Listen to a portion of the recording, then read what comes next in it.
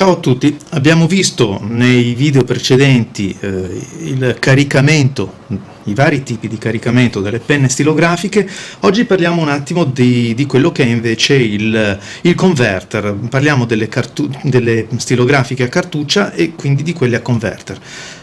Per esempio qui ho una Pilot, la Pilot ha un suo tipo di cartuccia, significa che ha un innesto per così dire proprietario, vale a dire ci vanno solo quelle della Pilot che sono fatte così, non ce ne vanno altre, quindi se volete alimentarla con un tipo di cartuccia ci va solo questa, si innesta come tutte le penne stilografiche.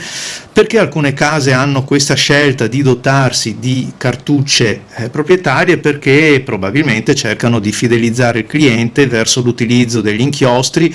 A volte è vero che gli inchiostri sono progettati per una specificità di pennini, però teniamo anche presente che negli ultimi decenni le case produttrici hanno immesso sul mercato una tale varietà di pennini, quindi anche con complicazioni come per esempio questo della Pilot Justus, che si perde un po' quell'abbinamento inchiostro per il pennino, quindi studiato proprio per il pennino, fatto così, rodiato a quel modo, curvato a quel modo e con quel tipo di viscosità.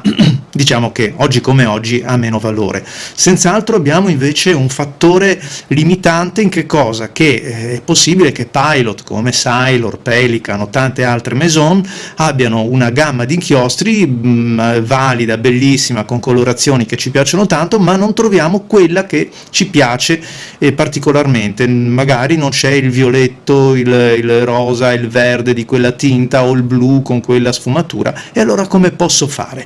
Allora esistono i converter.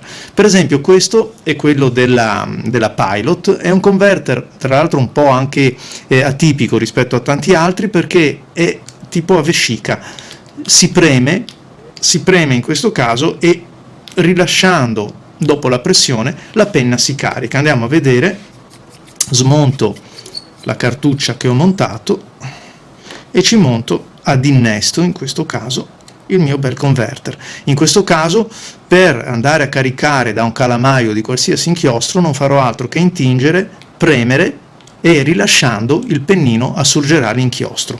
Ci sono anche altri tipi di converter.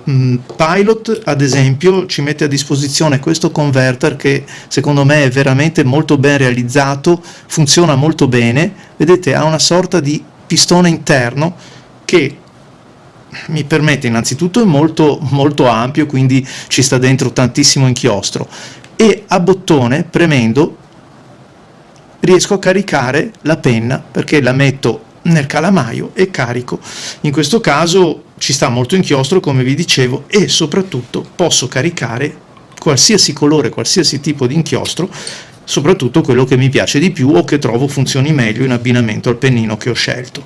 Lo stesso discorso vale per tutte le case. Sailor ha il suo converter, ogni casa come vedete mette a disposizione sul mercato tutti i converter per far funzionare le proprie stilografiche. Questo ci permette, con una spesa variabile tra i 7 e i 25 euro, normalmente 30 in alcuni casi, di dotarsi di uno strumento che ci permette di utilizzare a 360 gradi la nostra penna stilografica. Questo, che è il converter della Lamy, un po' come la maggior parte di tutti, funziona come un pistone, un piccolo pistone che, non so se riuscite a vedere, man mano che avvito o svito, vedete, carica l'inchiostro e poi lo giro per metterlo in pressione e caricarlo nella stilografica. Vi aspetto per prossimi tutorial di Stylographic Art. Ciao a tutti!